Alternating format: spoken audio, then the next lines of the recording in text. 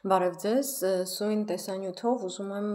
կարճ անդրադառնալ վարչապետի աթոռը զբաղեցնող անձի կողմից Հայաստանի Հանրապետության տնօրինության տակ գտնվող կարևոր գյուղաքաղաքական հերթական խաղաքարտը վաճառքի հանելու փորձից, որը այս պահի դրությամբ դեռևս փորձ է, բայց հաշվի առնելով գեոքաղաքական զարգացումները տարածաշրջանում եւ Թուրքիայի եւ Ադրբեջանի կողմից անընդմեջ տարվող ոչ միայն ճնշումները Հայաստանի հանդեպ, այլ նաեւ այդ ուղղությամբ տարվող ակտիվ լոբիստական գործունեությունը Վաշինգտոնում, Փարիզում, Լոնդոնում, Բրյուսելում եւ այլուր, ենթադրում է, որ Հայաստանը պետք է զրկվի իր միջուկային էներգիայի ռազմավարական խաղաքարտից, որը տարիներ շարունակ, տասնյակ տարիներ շարունակ եղել է նաև մեր անկախությունը ապահովող տարրերից մեկը, այսինքն տարածքային զիջումները, տարածքային նվերները, հանձնումները, դավաճանական քայլերը, որոնք Նիկոլ Փաշինյանը ձեռնարկել է, կոնկրետ արդեն Անկարայի միջնորդությամբ Վաշինգտոնի կողմից Հայաստանին ներկայացվող իբրև բարի կամքի առաջարկ եւ այլն, տարատեսակ ծրագրերով ենթադրում են նաեւ գեոքաղաքական այլ մեր առավելությունների հանձնում։ Միջուկային սեկտորը Հայաստանում միշտ եղել է բնական է ԽՍՀՄ տարիներից սկսած կապված Ռուսաստանի Դաշնության ԱՊՀ երկրների էլեկտրաէներգիայի համակարգի հետ, իսկ հյուսիս-հարավ ճանապարհի կառուցման շրջանակներում ենթադրվում է նաև էլեկտրաէներգիայի ենթակառուցվածքային լուրջ զարգացումներ, որոնք պետք է ներդաշնակեցնեն էլեկտրաէներգիայի մատակարարման, ապահովման համակարգերը, հատկապես Ռուսաստանի Դաշնության, Վրաստանի, Հայաստանի եւ Իրանի միջև։ Այս առումով Մեծամորի ատոմակայանը շատ կարևոր դերակատարում ունի, որովհետև այն լինելով մեծ ատոմակայան ապահովում է այնպիսի քանակի իր հզորությամբ ապահովում է այնպիսի քանակի հոսանքով, որը կարելի է նաև արտահանել, վաճառել, հատկապես Իրանի մասին է խոսքը գնում, Իրանի հյուսիսի մասին, որտեղ գազամատակարարման խնդիրներ կան, չնայած այն հանգամանքին, որ Իրանը ունի գազի լուրջ մեծ պաշարներ, աշխարհագրական դիրքի բերումով, որոշակի դժվարությունների բերումով չի կարողանում Իրանը գազաֆիկացնել իր հյուսիսը եւ այս դեպքում Հայաստանի ատոմակայանի գործունեությունը այն հզորությամբ, որը ներկայումս կա, կարևոր դեր ունի խաղալու եւ վերջերս միայն թարմացվեց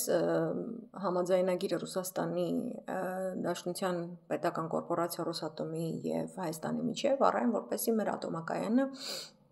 շարունակի գործել մինչև 2036 թվականը Ռոսատոմի հետ համատեղ ջանքերով,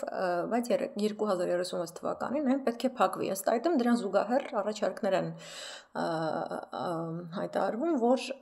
պետք է մենք կամ կառուցենք դրան փոխարինող այլ նոր ատոմակայան, բնական է այդ կառուցման աշխատանքները պետք է սկսեն որքան հնարավոր է ավելի վաղ, եւ հանկարծ այդ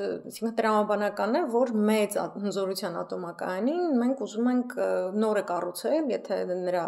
ժամկետը դադարելու 2036 թվականին, նույն հզորությամբ մեկ այլ ավելի ժամանակակից, ավելի տեխնոլոգիապես կայուն տարբերակ, մեծ հզորության ատոմակայան։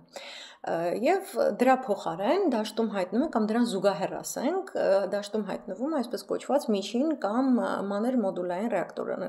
միջուկային ռեակտորների մոդուլավորված էլեկտրակայանների մասին, ատոմակայանների մասին խոսույթ, որը դաշտ է բերում հատկապես ԱՄՆ, հատկապես Վաշինգտոնի էգիդայի ներքո տեղի ունեցող խաղաղության մեմորանդումի ստորագրության ներքո, Վաշինգտոնի միջուկային ծրագրի այսպես միանալու տեսքով եւ բնական է Նիկոլ Փաշինյանը շեշտում է, որ դա որևէ կապ չունի գեոքաղաքական զարգացումների հետ, չկա որևէ քաղաքական վեկտորի խնդիր, այլ նա դաշտ է նետել նոր առաջարկ կատարելու հրավեր տարբեր երկրների, որպեսզի ավելի կշռադատված դիտարկի, որոնք են լավագույն տարբերակները, եւ ներկայացրել է ԱՄՆ-ի, Ռուսաստանի Դաշնության, Ֆրանսիայի, Հարավային Կորեայի, նաեւ Չինաստանի իբրև թե առաջարկների հնարավորությունը, որը հատուկ ստեղծված մարմինը 2 տարի շարունակ պետք է քննի, զննի, որպեսզի գա ամենաշահավետ տարբերակին, ամենաօգտակար տարբերակին, ամենաանվտանգ տարբերակին, բնական է ինչպես որ թուրք-ադրբեջանական տանդեմին մեր հողերը հանձնելիս արցախահայերին զոհաբերելիս էր անընդհատ գեղեցիկ բառեր օգտագործում, այստեղ էլ գեղեցիկ բառերի շռայլությունը որևէ կերպ չի զիջում եւ անընդհատ խոսվում է, անընդհատ շեշտվում է փոքր մոդուլային ատոմակայանների մասին խոսույթը, մեծի մասին չի խոսվում, միջինի մասին չի խոսվում, փոքրների մասին է խոսվում, ընդ որում միջին եւ փոքր մոդուլային ատոմակայանների փորձ ԱՄՆ-ը որպես այդպեսին չունի շահագործման փորձ, անվտանգության ապահովման փորձ, որպես այդպեսին չունի, նման փորձ միայն ունի Ռուսաստանի Դաշնությունը։ Ռուսաստանի Դաշնությունը առաջարկում է կամ ամբողջապես նոր ատոմակայան կառուցել, կամ միջին հզորության եւ կարծես ռուսներն են հուշում գեոքաղաքական կարևորությունային հանգամանքի, որ մենք կարողանանք հավելյալ էներգիա արտադրել, որը հնարավոր կլիներ վաճառել, կրկնում եմ, այստեղ տողատակերում Իրանի մասին է խոսակցությունը գնում, Իրանի մասին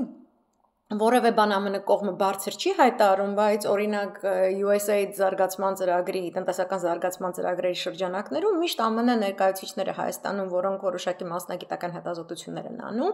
ներկայացնում են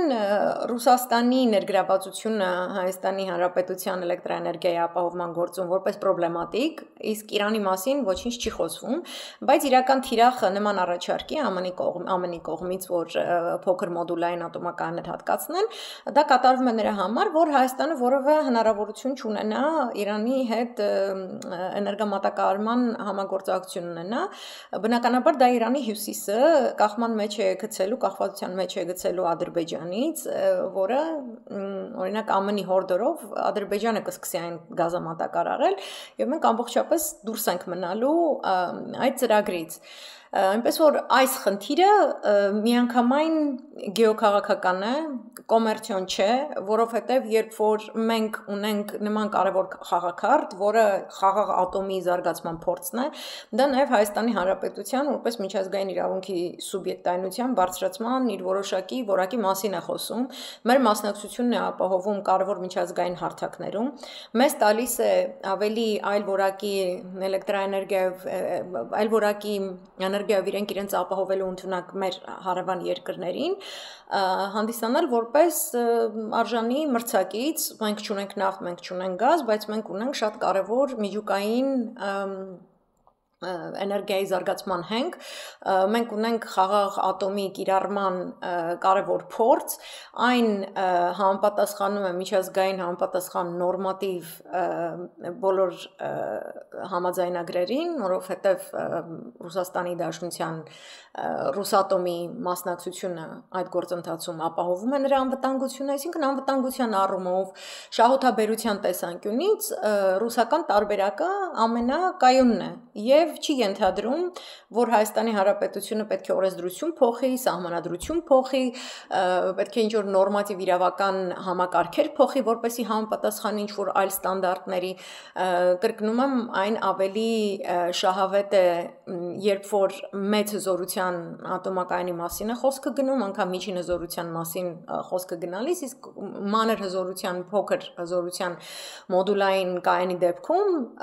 մենք ոչ մի բան չենք արտահանելու եւ եթե այնտեղ ներգրավվելու է ԱՄՆ կամ Ֆրանսիան, առաջին հերթին մեզ վերաբերելու են որպես էքսպերիմենտի եւ երկրորդ հերթին պարտադրելու են օրենսդրական դաշտի փոփոխություն, դա նաեւ իր անդրադարձն է ունենալու մեր անվտանգության համակարգի պատասխան գիտական փորձի հետախուզական տվյալների փոխանակման գծի վրա, այսինքն մեզ կտրելու է ամբողջապես այդ ռուսական գծից, ինչպես նաև որոշակի այսպես դաշտ թողնի նիկոլականների համար, որպեսզի նրանք ինչ-որ տենց նյութեր տրամադրեն մեր ունեցած փորձից Ռուսաստանի Դաշնության հետ տասնյակ տարիներ շարունակ, կարևոր տվյալները տրամադրեն Ռուսաստանի հետ ներկայումս թշնամական հարաբերություններ ունեցող երկրներին, որոնք ամեն կերպ Ռուսաստանի Դաշնությանը դուրս են մղում բոլոր հնարավոր միջազգային էներգետիկ շուկաներից, գազը, նավթը եւ հիմա նաեւ միջուկային էներգիան, եւ այստեղ էլ Նիկոլը մեզ վերածում է գեոքաղաքական խաղաքարտի իսկ հյուսիս-հարավ միջանցքից դուրս մնալուց էլեկտրոէներգիայի միջանցք այսպիսի հասկացություն կա, դրանից դուրս մնալուց նաև խաթարում է հյուսիս-հարավ ճանապարհի հերթական մի կոմպոնենտ, որը ամերիկացիները անվանում են պրոբլեմատիկ, այսինքն պրոբլեմատիկ է Ռուսաստանի որևէ որակի ներկայությունը էներգատար շուկայում, որպես ենթակառուցվածքային համակարգ նրանք իսկապես դեմ են լինելու որևէ նման համակարգի ներդաշնակեցման գործընթացների եւ ըստ այդմ բավականին խորքային կերպով ուզում են նույն ձևով հակազդել Կենտրոնական Ասիա, Ռուսաստանի Դաշնություն միջուկային էներգիայի բնագավառում համագործակցություններին, այսինքն նույն պատկերն ենք ստանում, ինչ որ մենք անվանում ենք պանթուրանական միջանցք կամ միջին միջանցք այս ծրագրի դեպքում տեսնում ենք, որ կրկին Հայաստանը եւս պետք է այդ կարևոր իր այսպես կոմպոնենտը լինի, պետք է փոկվի ամբողջապես Ռուսաստանից եւ Իրանից, որպեսզի համապատասխան պետությունները իրենց շահերից գեոքաղաքական շահերից ելնելով որոշակի առաջխաղացում արձանագրեն։ Տվյալ դեպքում հաշվի առնելով, որ չկա որևէ խաղաղության պայմանագիր եւ անգամ պայմանագրի արկայության դեպքում այդ պայմանագիրը որևէ երաշխիքներ չի ապահովում Հայաստանի Հանրապետության համար, այսինքն որպես այդպեսին չկա ինստիտուցիոնալ խաղաղության պայմանագիր, ըստ որի Թուրքիան, Հայաստանը, Ադրբեջանը որոշակի հստակ պայմանների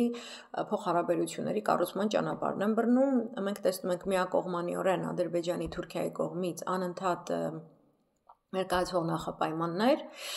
պարտադրանքներ, սահմանադրության փոփոխություն, տարածքների հանձնում, ազգաբնակչության դեմոգրաֆիայի փոփոխությունների պահանջ եւ բնականաբար տվյալ դեպքում որևէ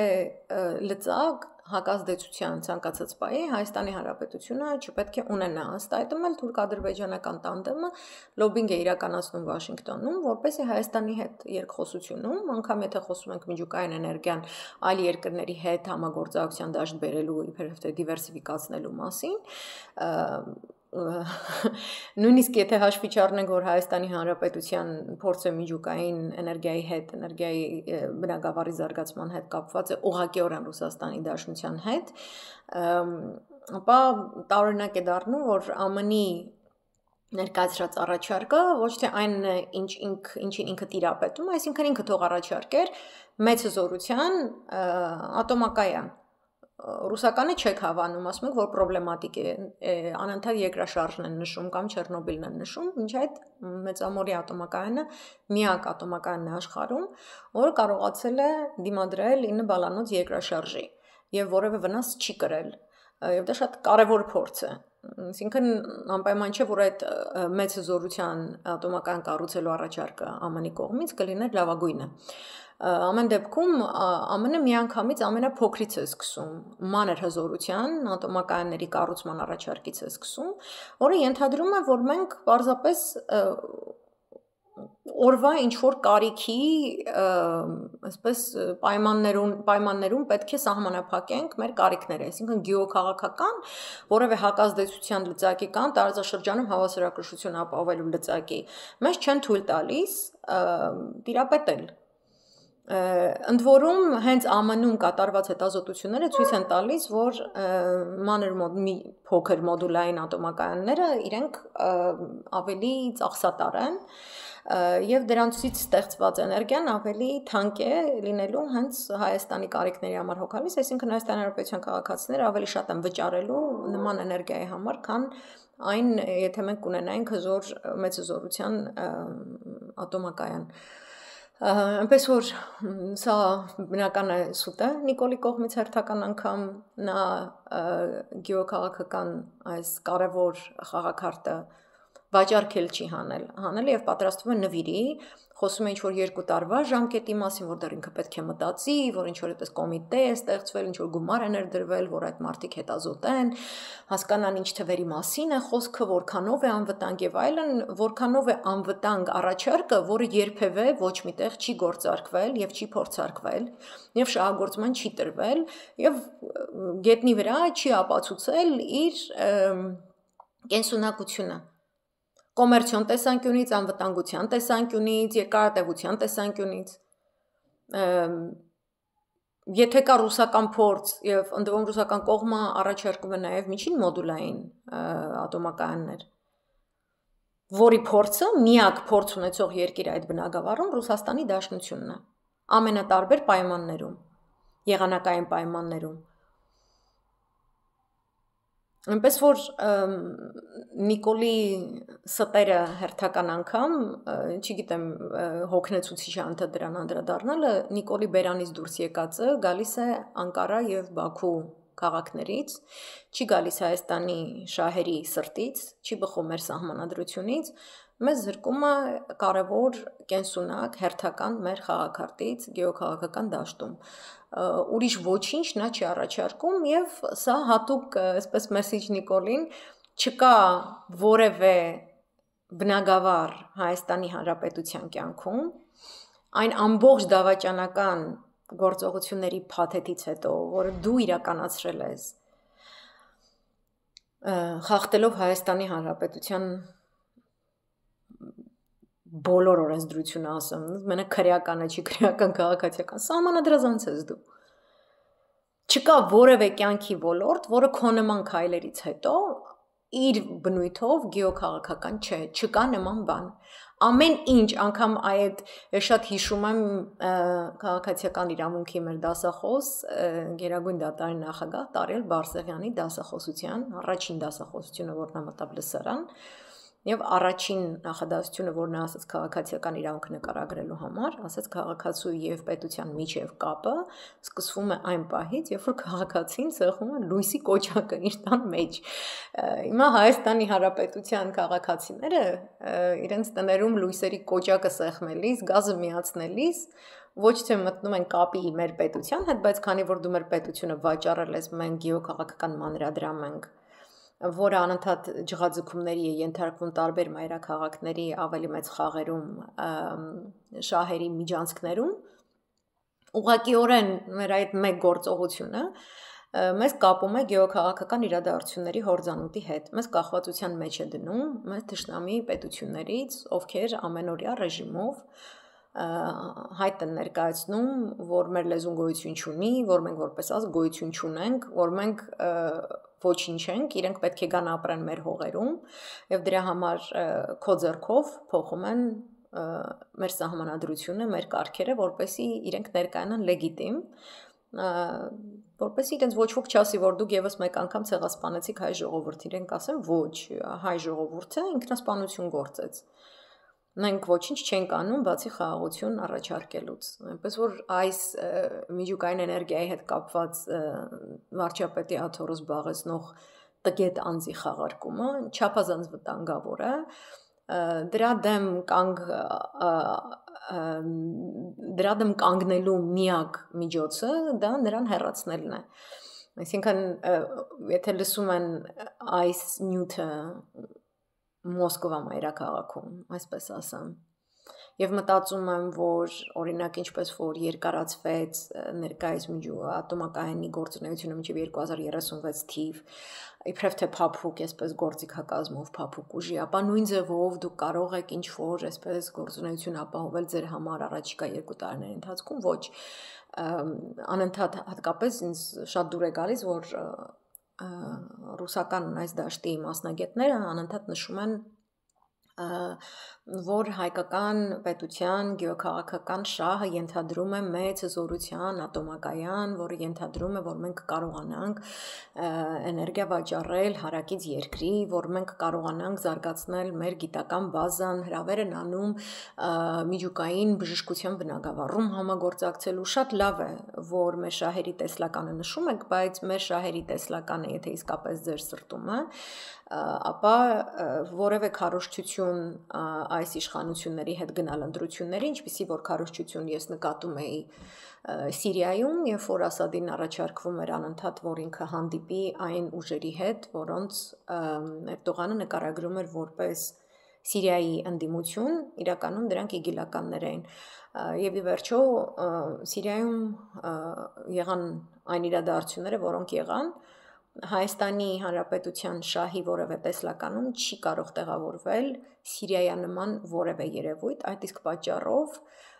Հայաստանին 2018 թվականից ի վեր բաժին ընկած հայկական տարբերակի Ալջոլանին պետք է վերջ դրվի եւ այդ ծաղրածուի շոուին մասնակցությունը Ռուսաստանի պետությանը որևէ պատիվ չի բերում, այնպես որ որոշակի ներդաշնակություն պետք է լինի այն առումով, թե ինչպիսի քայլեր են ձեռնարկվում Հայաստանում ընդդիմադիր ուժերի կողմից, նրա անմիջապես հեռացումը մեծ փողոցի եւ իմպիչմենտի միջոցով կենթադրի այլ որակի կառավարության կազմ, որի հետ այլ կերպ կարողանար ավելի այսպես հանգիստ եւ սահունք կարողանար բանակցել նույն Ռոսատոմը, որովհետեւ այստեղ մեկից մեկ պարզ է, թե սեղանի վրա գտնվող իբրև թե տարբերակներից, իբրև թե կան այդպիսի տարբերակներ, որն է լավագույնն է, դա ռուսական տարբերակն է եւ մեզ պահում են գեոքաղաքական դիրքում այն աշխարհագրության մեջ, որտեղ մենք ապրել ենք դարերով եւ առավել եւս հնարավորություն է տալիս տեր կանգնել մեր իրավական պատմական պահանջատիրության օբյեկտներին տարատեսակ հարակից երկրներում։ Այսքանը, շնորհակալ եմ, հաջողություն։